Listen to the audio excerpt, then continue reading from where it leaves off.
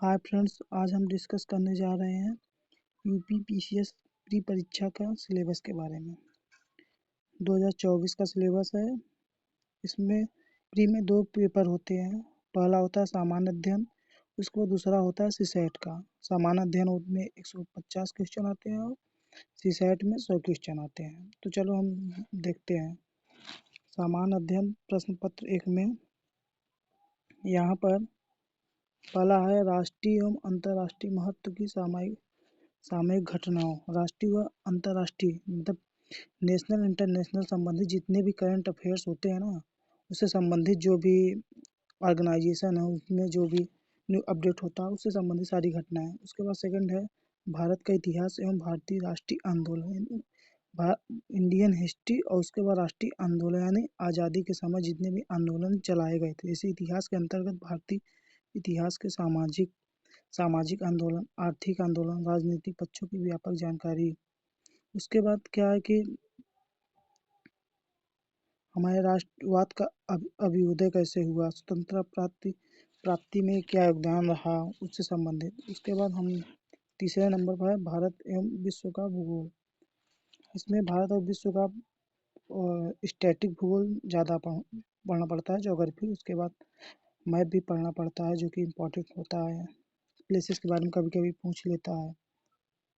उसके बाद fourth number पे है भारतीय राजनीति एवं शासन व्यवस्था यानी कि पॉलिटी में राजनीतिक व्यवस्था, पंचायती राज, लोकनीति आधारित प्रकरण आदि।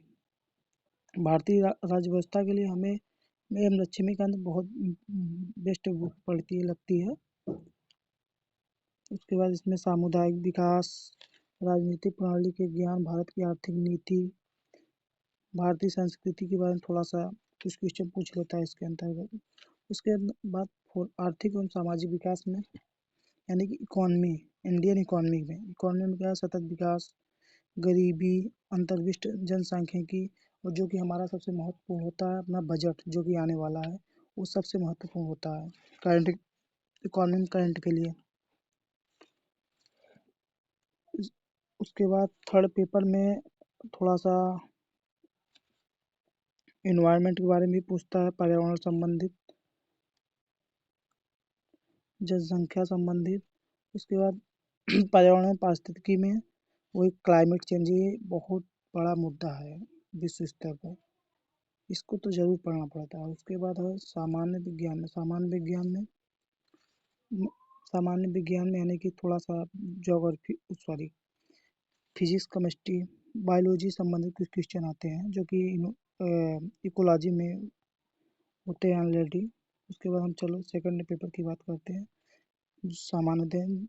इसमें से सिर्फ 33 क्वेश्चन आप कर लिए तो आपका हो जाएगा।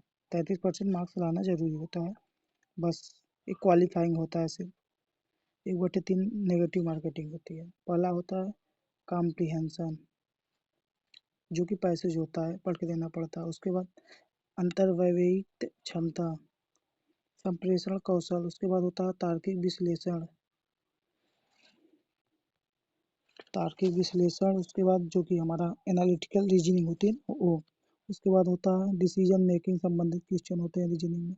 उसके बाद सामान्य बौद्धिक योग्यता, प्रारंभिक गणित यानी हाई स्कूल स्तर तक की मैथ पूछी जाती है, जिसमें अंकगणित, बीजगणित, रेखा गणित, सांख्यिकी बहुत इजी होता है, जो कि जो मैथ से पढ़ा है 12th तक वो तो कर लेता है आराम से।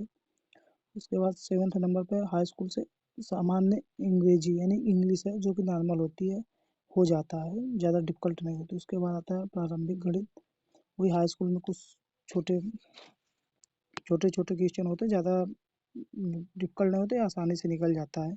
वही जीएस में ज़्यादा ध्यान देना पड़ता है इसमें। ठीक है, चलो धन्यवाद।